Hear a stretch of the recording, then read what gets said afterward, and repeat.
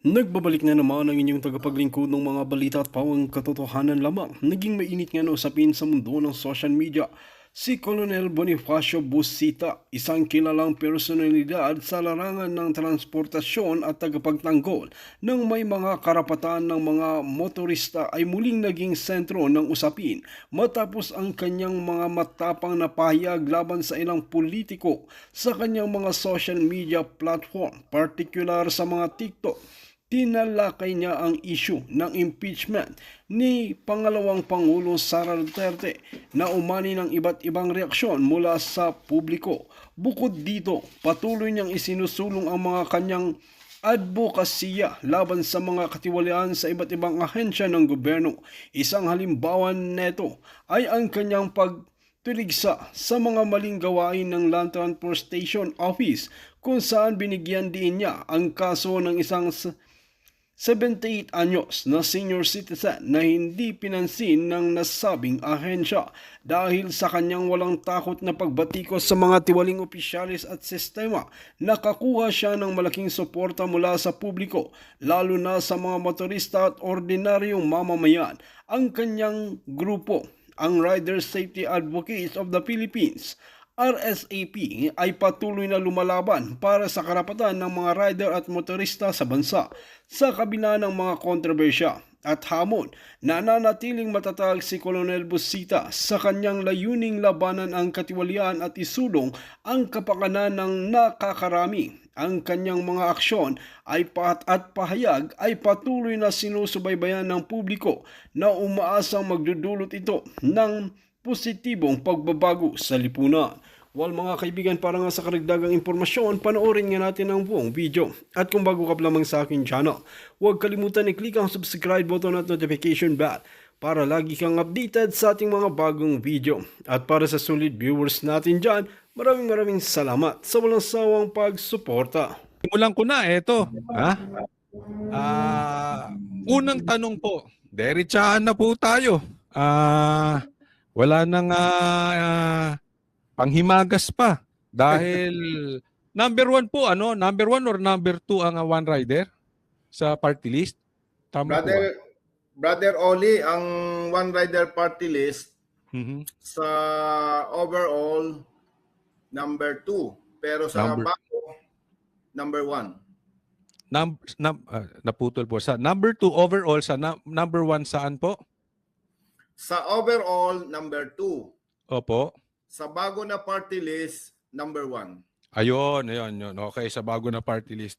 Pero nung nakaraang eleksyon, talagang napakataas ng ano. At ako'y naniniwala, kung wala si Colonel Busita ron, hindi mananalo yung one rider party list. Or kung manalo man yun, medyo malayo.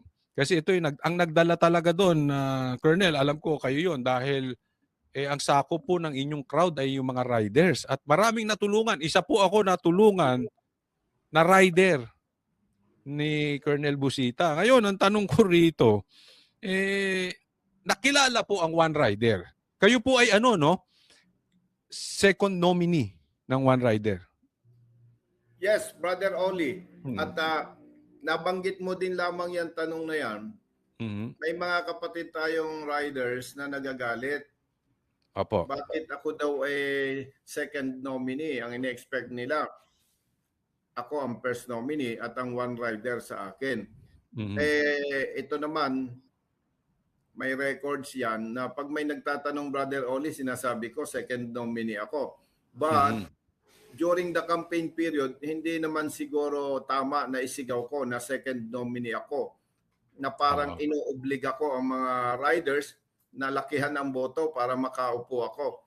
But honestly, pag may nagtatanong, sinasabi ko second nominee ako. At kung maalala mo, ito naman, walang kasinungalingan. Noong nangangampanya kami, sinasabi ko, Brother Oli, na ito yung mga problema. Kung may tiwala kayo, suportahan ninyo.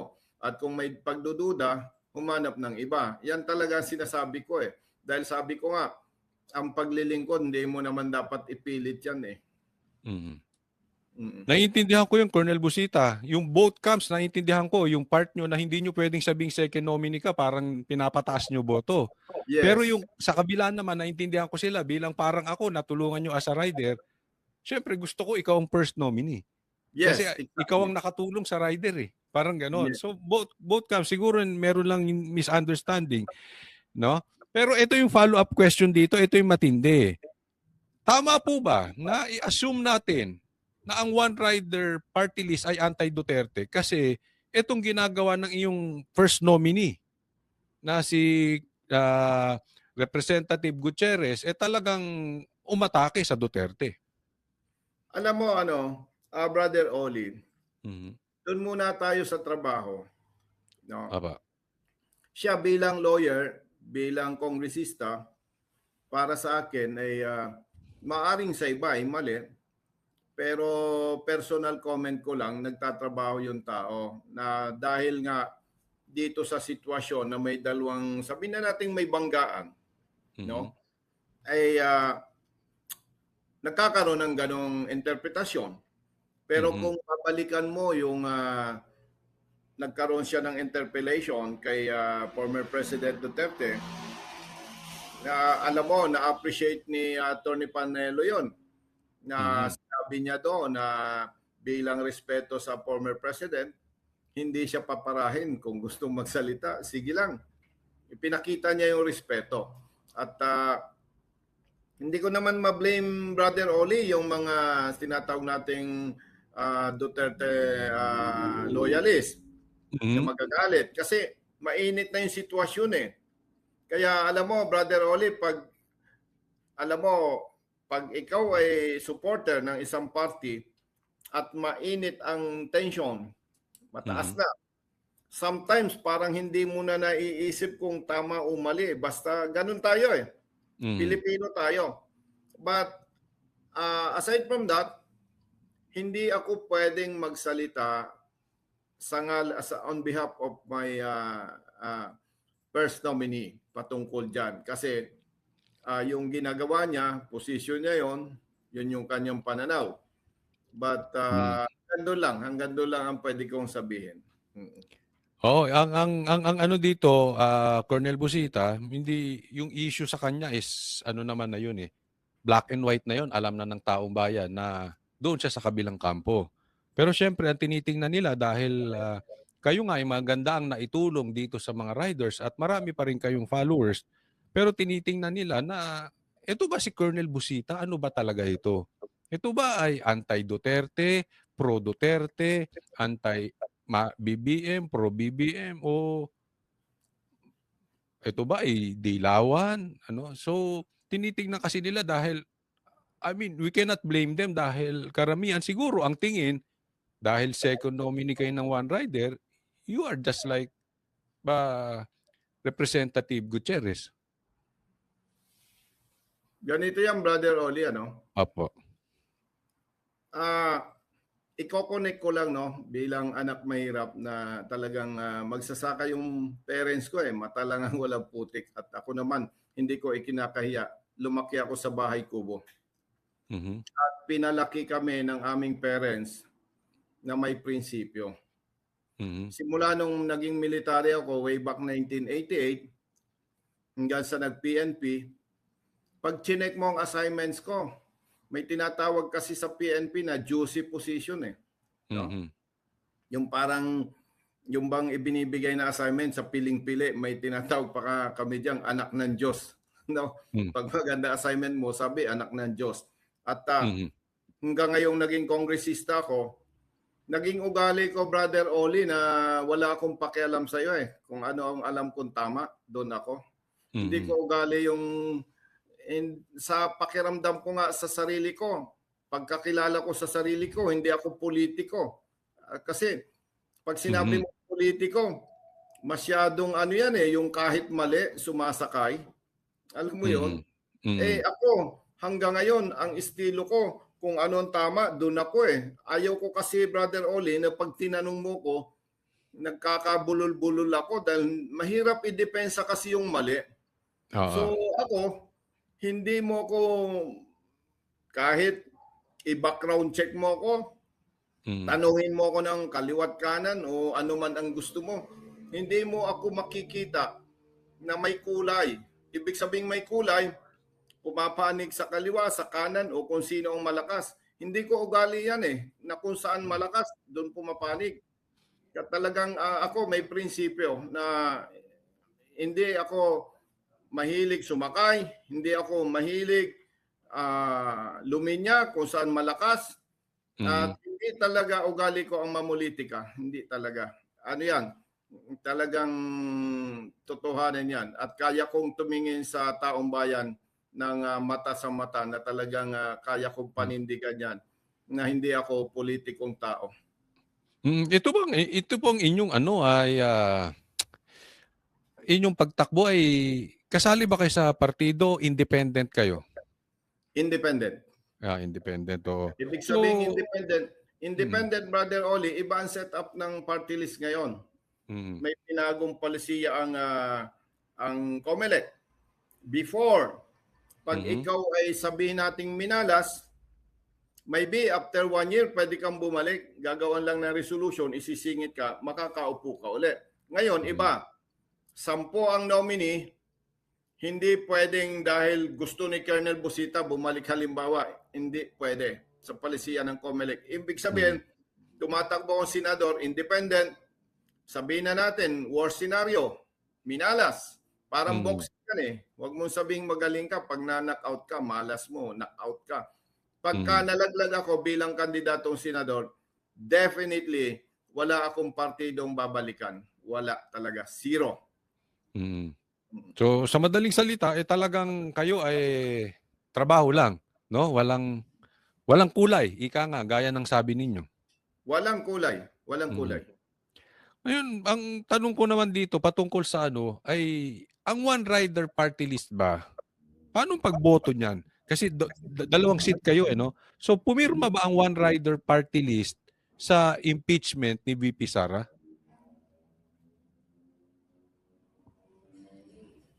Nawala yung sound mo, Brother Oli. Okay. Yes. Ulitin ko, no, medyo may nang ano. Okay. Yung ano po ba, yung inyong yung inyong party list do. So 2 seat yan. Yan ba ibig sabihin na meron kayong parang dalawang nakaupong congressman? Yes. Diba? Oo. So ang one rider party list po ba ay pumirma doon sa impeachment ni VP Sara? Hindi one rider party list. Si Congressman Rhodes Gutierrez Pumirma. na representative ng one rider party list. Pumirma. Yes. Ibig sabihin, kaya kinaklarify ko kita, Brother Oli, ang pumirma ay one rider party list. Ang pumirma, isang representative ng one rider party list. At, Brother Oli, paglilinaw sa'yo, Opo. simula nung ako yung maging sundalo at maging pulis, ako talaga may sariling paninindigan Bagamat kami magkasama sa partido, simula, nag-uusap kami, pero never na didiktahan niya ako, never na didiktahan ko siya. Ganon ang aming setup. So sa madaling salita, may isang independent at may sariling utak. Siguro, ganun sa pananaw ng iba. Basta ako, kung anong alam kong tama, Brother Oli, doon ako. Hindi, kasi, ang masigit kong pinapalagan, taong bayan hindi naman yung, with respect to one rider party list, hindi naman one rider party list nag-upo sa akin Taong bayan. Even Congressman Rhodes Gutierrez, ang nag-upo sa kanya, taong bayan. Hindi yung partido. Actually, kaya, loyalty ko sa taong bayan. At gusto ko, kaya kong humarap kahit kanino. Ako nga tatanungin nyo, ang nag-upo kay Representative Gutierrez, ikaw pa nga Dahil kayo talagang kilala dyan sa one rider na yan Actually, hindi ako. May tiwala lang ang taong bayan, yung mga bumoto. But then, still, taong bayan pa rin. Taong bayan. Oo. Kaya, kung mapapansin mo, lagi kong dinidiinan yan na dapat ang loyalty natin sa taong bayan, hindi kay Pedro, hindi kay Juan. Dahil wala naman tayo sa posisyon kung hindi tayo iniluklok ng taong bayan. Pero sundan ko yung kanina, so meron kayong dalawang upuan, dalawa kayong congressman na nakaposisyon, so ibig sabihin, si Representative Gutierrez pumirma at si Colonel Busita ay hindi pumirma sa impeachment ni BP Sara. Tama na po yun. Yes. Yes. Ibig sabihin, may partido kami pero may dalawa kaming katauhan.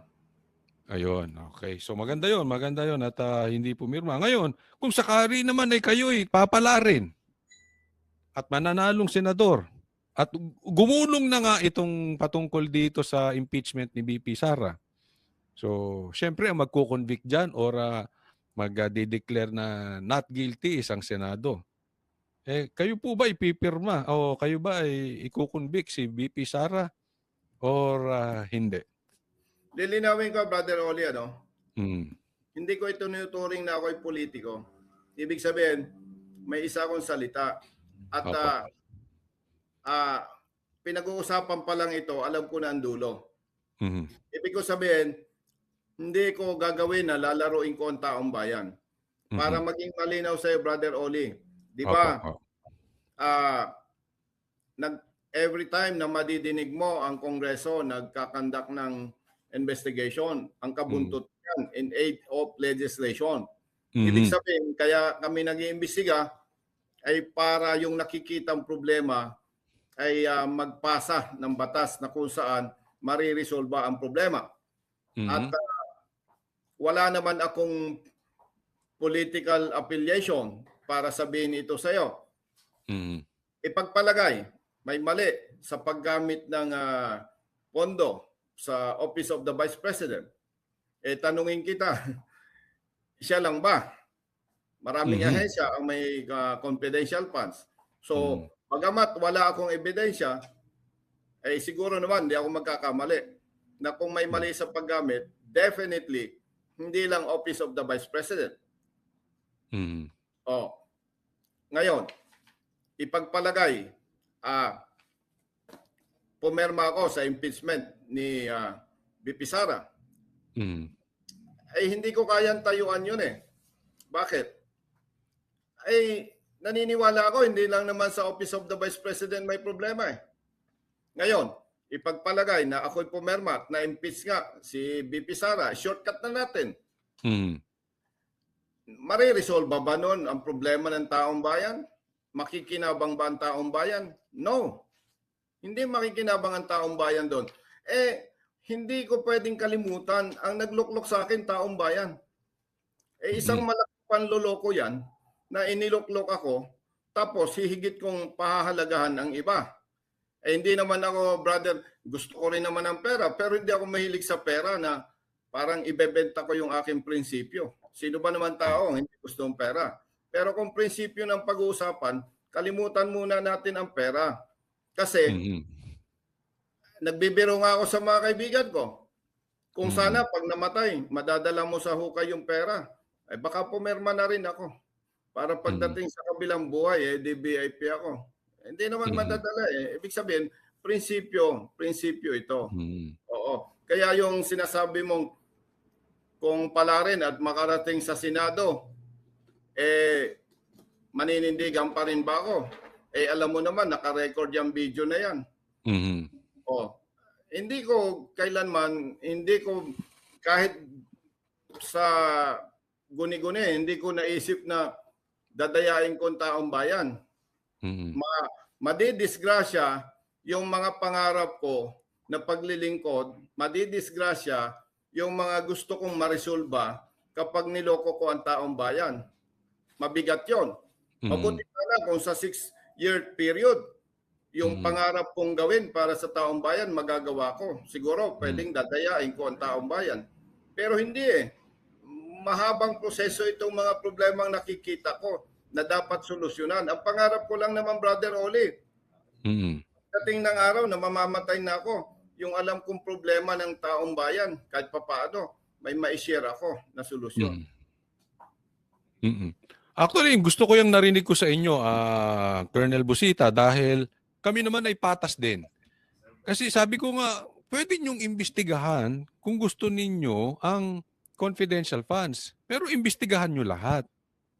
Para kasi na-focus tayo ang ating gobyerno ngayon sa puro si Sara. Parang lahat ay mabait, lahat santo. Si Sara, BP Sara ay demunyita. Ganun ang spin na lumalabas sa ano. Kaya yung tao ngayon, hindi natin marin masisi kasi kaya lumilinya eh. Ano ba? Saan ba ito? 'Di ba? So doon ang anuhan yan. At tama naman po kayo. Kasi nga kung pipirma kayo at puro si BP Sara lang, wala ring maitutulong sa bansang Pilipinas. Ngayon, Definitely. oo. At Patungkol naman dito dahil sa sundan ko lang, pagtulong. Opo, sige. Brother Oli, sundan ko lang yung sinabi mo, no? Sige. Kung sasang-ayon ako doon sa nabanggit mo, parang pilosopo naman ako. Para sa akin, hindi naman kailangan imbestigahan lahat eh. Para bang naging experiment lang na, uy, parang may problema. Sapat na yun eh, para magsulong ng batas eh. Para sa akin ha, pasensya kung mali ako. Hindi, para sa akin, hindi naman kailangan imbestigahan lahat eh. No? Pero dahil doon sa investigation na yon, makikita na dapat pala ganito, dapat ganito. Kasi marami namang matatalinong kongresista eh. Matatalino, magagaling, abogado, at talagang hasa. Ibig sabihin, kumbaga sa isang experiment, nag-experiment ka na isang bagay, hindi mo na kalang i-experiment lahat eh. Nakukuha mo yung punto ko? Kasi kung i-imbestigahan naman lahat, baka tapos na yung another Congress, di pa tayo tapos. Parang waste of time. Ibig sabihin, kung maging objective tayo, huwag ganon ang punto ko dito. Kasi gusto ko, Brother Oli, pagka nagdesisyon ako at pumabor ako sa isang bagay, kahit saan ka mo ko tanungin, kahit dyan sa anywhere, kaya kong sagutin sa ng diretso at kaya kong panindigan. Hindi ko ugali yung sasang-ayon o peperma na hindi ko kayang panindigan. So, pero kasi ito yung tama naman yung sinabi nyo, hindi naman pwedeng imbestigahan lahat. Kaya lang, reality, puro si BP Sara lang ang napipiga dito. Di ba? Ngayon, may impeachment kay BP Sara. Mas marami pa nga yung iba na impeachable offense na nagagawa. Pero again, si BP Sara na naman. Ito halata naman at alam natin na ito ay may kulay politika.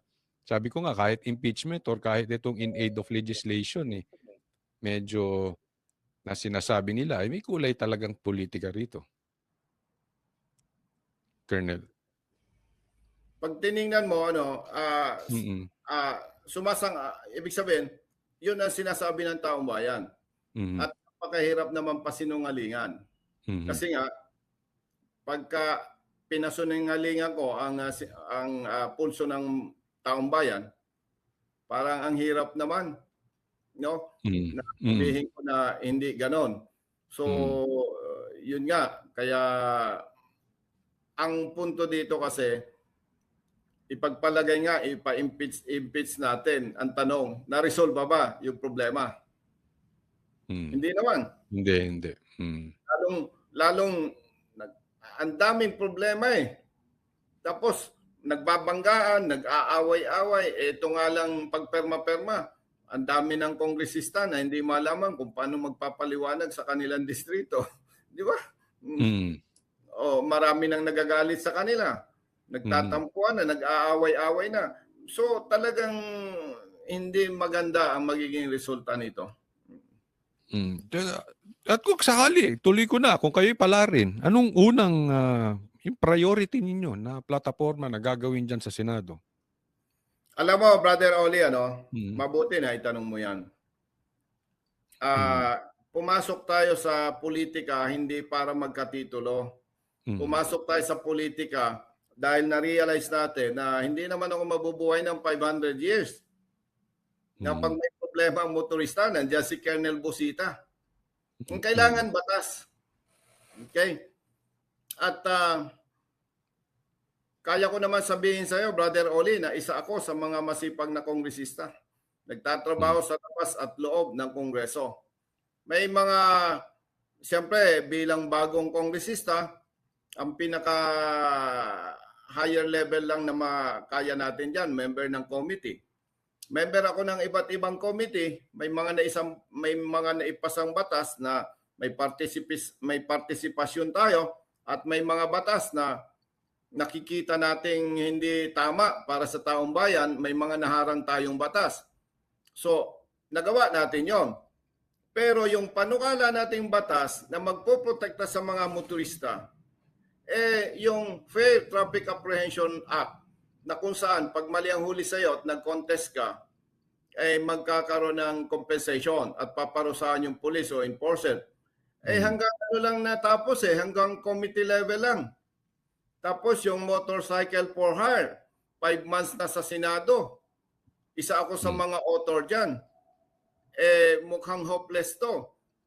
And all the rest na panukala nating batas, nakabinbin pa rin sa committee. Ibig sabihin, nakikita ko na kahit mag-stay pa ako ng 3 years sa Kongreso, mauulit at mauulit ang mangyayari. Baka sasabihin ninyo, inutil ka naman, wala kang ginawa. Bakit ko hihintayin yon? Now, maliban dyan, Brother Oli, ang dami kong nakitang problema ng ating bansa na dalawa lang ang kailangan posisyon at dedikasyon. So, ang dami nga. At kaya, sabi ko nga, ang isa pang problema ng mga motorista, maliban do sa mga nabanggit ko sa iyo, ilang libo na ang motorista na na-revoke ang lisensya dahil doon sa implementing rules and regulations na ipinatutupad ng LTO, na yung demerit system. May problema doon kasi walang yung ini-implement nila, hindi naman inuutos ng batas Ngayon, bakit gusto rin natin bigyan ng atensyon yan kung maluklok tayo sa Senado? Imagine, Brother Oli, bawat violation mo, pag mumultahin ka ng LTO, lalaki ng multa. Then, pag nag-accumulate yung demerits mo, outright revocation. Samantalang, ang dami namang napatunayan natin na maraming pulis, maraming enforcers ng LTO, kahit mga opisyalis nila, hindi alam yung tamang pagpapatupad ng batas. So, ibig sabihin, hindi naman ako magsalita nito, Brother Oli, kung wala akong ebidensya Dahil pag kinwestiyon ako, hindi ko kayang panindigan. May mga ebidensya tayo na ang dami ng biktima ng maling panguhuli ng mga law enforcement personnel. So, ibig sabihin, kapag na-revoke ang lisensya ng mga motorista, hindi lang naman sila ang pinaparusahan pati pamilya nila, pati yung mga pinagtatrabahuhan nila. Halimbawa, Brother Oli, 50 years old ka, ang kaya mo lang magmaneho. Paano ka pababalik? Ano pang saysay na ikaw ay isang tao, isang pamilyado, responsable ka naman na dahil sa kapalpakan ng ibang mga ahensya, nasasacrifice ang buhay mo at ng iyong pamilya. Kaya yan, yung isa sa mga bibigyan natin ng atensyon kung palarin tayo at magtiwala ang taong bayan, maluklok tayo sa Senado. Marami pang problema na mga ipinatutupad ng LTO na dapat ayusin. Kaya lang, pag dinitalye ko ito sa iyo, masyadong mahabang kwento. So, sa madaling salita, Colonel, sa madaling salita, yung mga hindi na aksyonan na dapat nung pinasa sa batas dito sa sa lower house, hindi na naasikaso ng Senado, ay itutuloy ninyo. Yes, definitely. Number 1 yun. Number 2, Brother Oli, madalas nating madinig yung food security, di ba?